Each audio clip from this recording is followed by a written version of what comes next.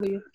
अच्छा, मैंने अपनी जो बिजनेस प्लेटफॉर्म चूज किया था वो ऑनलाइन रखा है और उसका नाम जो मैंने सिलेक्ट किया वो है वी असिस्ट। तो इस नाम के रखने की क्या रीजन था वो भी आगे मैं बता दूंगी। अच्छा, उसके बाद हमारे पास इसकी एग्जेक्टिव समरी में मैंने जो स्टेट किया है वो ये है, with an aspiration to assist and accommodate the students and individuals with their academics. मेरा बिजनेस एक ऑनलाइन प्लेटफॉर्म है फॉर ऑल दोज स्टूडेंट्स जो वर्क और स्टडी के बैलेंस को मेंटेन करने के लिए रोजाना स्ट्रगल करते हैं। तो बेसिकली ये बिजनेस प्लेटफॉर्म के साथ साथ एक स्टूडेंट पोर्टल भी होगा एक तरीके से। Sir next slide. इसके जो मिशंस हैं उनको 3 मिशंस हैं इसके हमारे पास, और उनको देखने के और समझने के बाद काफी हद तक मेरे बिजनेस का पर्पस क्लियर हो जाएगा। उसके बाद मैं ये बताऊंगी कि मैंने इस बिजनेस को चूज क्यों किया। अच्छा, we aim to provide academic aid to all, ensure a secure and sound interactive environment और to help unburden the workload। पिछले जितने भी हमने बिजनेस प्लान्स सुने सबके, तो उसमें मैंने एक क्रिटिकल जो पॉइंट जो अराइज हुआ बहुत ज्यादा, तो वो एक सिक्योरिटी से रिलेटेड था और एक जो है वो क्वालिटी से रिलेटेड था। Quality in the sense of जो लेबर फोर्स हम इम्प्रोवाइज कर रहे हैं उसमें भी, और जो प्रोडक्ट्स हम सर्व कर रहे हैं उसमें भी।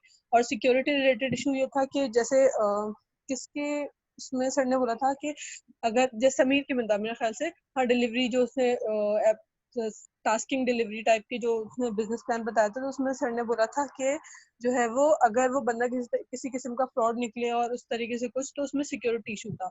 मैंने अपने बिजनेस प्लेटफॉर्म को ऑनलाइन रखा है और ये एक ऐसा बिजनेस मैंने चूज किया है जिसमें ना ही मुझे सिक्योरिटी इशू होगा, मतलब टू सम एक्सटेंट, और ना ही मेरे पास कोई प्रोडक्ट का इशू होगा, वो भी टू सम एक्सटेंट, और ना ही मुझे लेबर फोर्स बहुत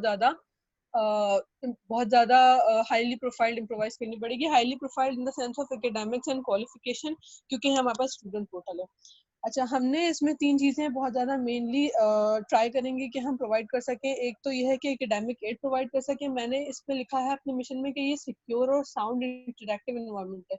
ये इंटरेक्टिव एनवायरनमेंट इस तरीके से है क्योंकि इस प्लेटफॉर्म पे हर किस्म का स्टूडेंट एक दूसरे से इंटरेक्ट कर सकता है, कोलैबोरेट कर सकता है, कोऑपरेट कर सकता है।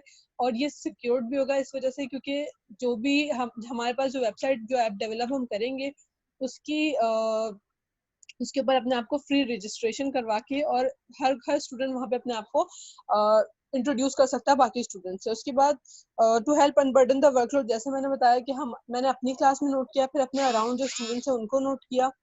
एंड देन मुझे उससे ये समझ में आया, जैसे उस दिन वासे ने कहा था कि मेरे पास ऑफिस का वर्कलोड बहुत है, मैं टाइम नहीं निकाल सकता इसके लिए।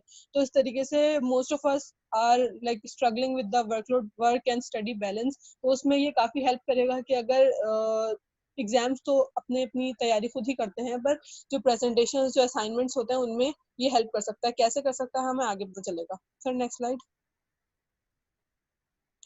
इसके डिस्क्रिप्शन में startup VSS is an online platform which has been developed with creating an online workspace for our students with regards to their academics. It will interact and collaborate each other. It will help them interact and collaborate with each other in a risk-free environment. ये सारे points मैंने बता दिए कि ये एक online एक virtual work space होगा जिसमें हर कोई इसमें जो है वो स्टूडेंट्स एक दूसरे के साथ इंटरेक्ट कर सकते हैं। रिस्क फ्री होगा बिकॉज इसमें किसी को किसी के घर नहीं जाना, इसमें किसी का पर्सनल इंटरेक्शन नहीं होगा। जो कुछ भी होगा एप्लीकेशन पे होगा और उसका सारा डेटा भी स्टोर हो सकता है। Sir next slide. अच्छा, मैंने फॉर्म ऑफ ओनरशिप पार्टनरशिप में रखी है। उसकी वजह ये कि इसमें इसको पार्टनरशिप में रखने की वजह ये कि मैंने ये बिजनेस में एक ऐसे बंदे के साथ स्टार्ट करना चाहती हूँ जो कोई जो ऑलरेडी वेब डेवलपिंग या ऐप डेवलपिंग या नहीं तो ऐप की हैंडलिंग का काम जानता हो, ताकि अगर कोई कोई भी इनिशियली अगर हम फॉर एग्जांपल के तौर पे अगर हम ऐप डेवलपर नहीं भी रखते या वेब डेवलपर नहीं भी रखते तो वो बंदा खुद इसको हैंडल कर सके। पर ऐसा नहीं है, हमने आगे एक्सपेंस में उस चीज का भी रखा है।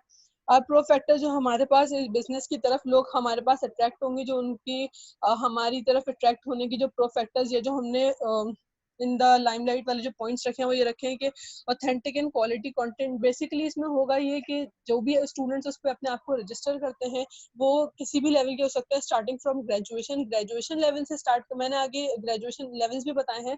तो ग्रेजुएशन लेवल से स्टार्ट करने की वजह ये है कि हमारे पास जो इंटरमीडिएट के स्टूडेंट्स होते हैं उनमें इतना ज्यादा इस चीज की जरूरत नहीं होती। गवर्नमेंट कॉलेज के होते हैं तो ना ही उन्हें जाना होता है उनके पास, और इतने ज्यादा वो एम्प्लॉयड भी नहीं होते मोस्टली, तो उनको इतनी ज्यादा जरूरत नहीं पड़ती। बट ग्रेजुएशन लेवल से लेके और आगे तक जो है वो ये उन स्टूडेंट्स के लिए। तो ऑथेंटिक एंड क्वालिटी कंटेंट, जो भी स्टूडेंट है वो अपना असाइनमेंट, अपना टास्क, अपनी कोई प्रेजेंटेशन, या जो भी उसने करवाना है वो उस पर वहाँ पे पोस्ट कर सकता है एप्लीकेशन को। इसका प्रोसीजर ये होगा कि हर स्टूडेंट रजिस्टर जब होगा तो उसको एक थ्रू अ प्रोसेस गुजरना पड़ेगा, जिसमें वो अपनी डिटेल्स देगा, अपनी इंटरेस्ट देगा। मतलब इंटरेस्ट से मुराद के बेसिकली इस तरीके के प्लेटफॉर्म्स पे दो ऑप्शंस होते हैं कि आप वर्क करना चाहते हैं या आप हायर करना चाहते हैं। तो जो वर्क करना चाहेगा उससे ये पूछा जाएगा कि what are his fields of interest, वो किन किन फील्ड्स के अंदर इंटरेस्ट रखता है, तो उससे रिलेटेड काम उसके पास शो होगा। उसके अलावा अच्छा, इसमें प्रोफेक्टर्स हमने ये बताए हैं कि जो भी काम करके सबमिट हो रहा होगा उसकी क्वालिटी और ऑथेंटिक होगी और अच्छी होगी। रिविजन आप फ्री, फॉर एग्जाम्पल अगर किसी स्टूडेंट ने कोई अपना काम पोस्ट किया, कोई अपना टास्क, कोई अपना असाइनमेंट पोस्ट किया और किसी ने उसको कोई न्यू स्टूडेंट उस पर उसके टास्क को असाइन कर लेता है और उसने उसका काम करके with in the mention deadline submit भी कर दिया, उसके बाद अगर जो जो आपके पास स्टूडेंट है जिसका वो काम है, अगर वो सेटिस्फाइड नहीं होता तो उस चीज का रिवीजन बिल्कुल फ्री है। उसके काम के तो चार्जेस हैं बट रिवीजन के कोई चार्जेस नहीं है। उसके बाद payments can be divided. Payment जो भी मोड ऑफ पेमेंट सेलेक्ट कर रहे हैं हम, या जो भी हमारा client mode of payment select कर रहा है, तो वो उसको डिवाइड करके भी दे सकता है। अच्छा, एक बात और कि ये वाली वेबसाइट सिर्फ विद इन पाकिस्तान ऑपरेट कर सकती है, क्योंकि ये वाला काम बाहर भी होता है, बट हमने ये इस बिजनेस को विद इन पाकिस्तान सिर्फ इसलिए रखा है ताकि हम अपने फेलोमेट्स को जो है वो फैसिलिटेट कर सकें। Sir next slide.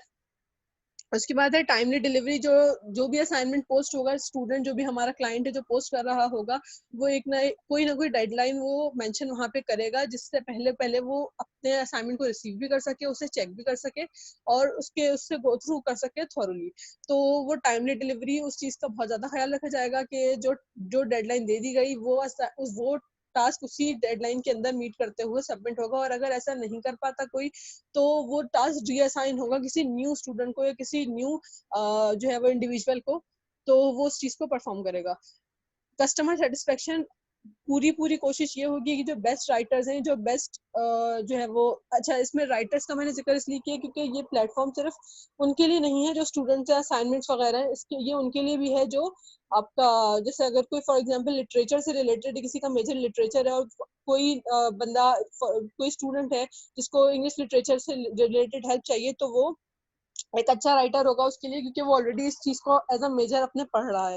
उसके बाद इसमें हमने ये बताया कि हम ऑपरेट कैसे करते हैं। बहुत सिंपल प्रोसीजर है। आप अपने when you have registered yourself, तो उसके बाद एक छोटा सा प्रोसेस है, आपको उसको फॉलो करना है।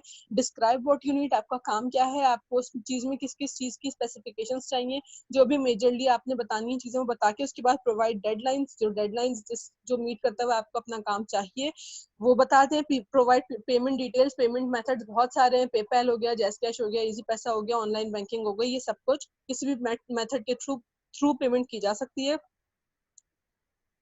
Next slide. Rest, let us do the work, जो बीच में टाइम होगा। अच्छा, इसमें मैंने नीचे आप देख सकते हैं कि दो तरीके की मैंने डेडलाइंस रखी हैं। एक है अर्जेंट बेस्ड असाइनमेंट्स या टास्क या कोर्स जो भी है, उसमें हमारे पास डेडलाइन विद इन 24 आवर्स या उससे लेस होगी। जो हमारे पास दूसरी वाली कैटेगरी है, we have that in which the deadline would be more than 24 hours. तो वो ड्यूरिंग द टाइम जब तक आपकी डेडलाइन सेट हुई हुई है, तो आप उतना टाइम में हमारा जो क्लाइंट है ही कैन रेस्ट और हम अपना काम कर सकते हैं। Receive and download your paper, जब असाइनमेंट कंप्लीट हो जाएगा it will be send to the client और वो डाउनलोड करके उसे चेक कर सकता है। अगर उसमें कोई प्रॉब्लम है, वो सेटिस्फाइड नहीं है, he can send it back, उस चीज को रिवाइज करके उसको उसके अंदर रिविजन्स को इम्प्रोवाइज करके और उसको सेंड कर देंगे। प्राइसिंग स्ट्रेटेजीज मैंने ये रखी है कि फॉर अर्जेंट बेस्ड जो मैंने आपको बताया डेडलाइन जिसकी 24 आवर्स से लेस होंगी, 3 लेवल्स हैं, ग्रेजुएशन लेवल है, मास्टर्स लेवल और पीएचडी लेवल है। ग्रेजुएशन लेवल की चार्जेस उसके आगे मेंशन है 1500 to 1900 के दरमियान। इसी तरह मास्टर्स लेवल और पीएचडी लेवल के भी लिखे हुए हैं। और जो जिनकी डेडलाइन लेस देन 20 मोर देन 24 आवर्स होगी, तो उनकी चार्जेस थोड़े से कम है कंपैरेटिवली, बट लेवल्स में फिर भी डिफरेंस है, क्योंकि ग्रेजुएशन लेवल बिल्कुल इनिशियल लेवल हमने रखा है, इसके बाद मास्टर्स और पीएचडी लेवल है। Next slide. ये चार्जेस का यूनिट क्या है? 2000 पर वर्ड है, पर पेपर है, पर नहीं सर, असाइनमेंट ये है, पर पेपर के हिसाब से पर डिवाइड होता है। ये जो चार्जेस यहाँ पे लिखे हुए हैं ये 4 to 5 पेजेस के अकॉर्डिंग है, क्योंकि हमने लेवल जैसे रखे हैं ग्रेजुएशन, मास्टर्स और पीएचडी लेवल्स को हम क्वेश्चंस या पेपर्स के हिसाब से मेंशन हमने इसको किया है कि अगर फॉर एग्जांपल 4 to 5 क्वेश्चंस है जो उसी तरीके से अकॉर्डिंग पेजेस पे जाएंगे तो ये उसका है। अगर असाइनमेंट एक्सेसिवली लॉन्ग होगा तो उसके चार्जेस फिर एडिशनल होगा। अच्छा चलो, इसको मैं क्रॉस सर बाद में करता हूँ। Sir next sir slide.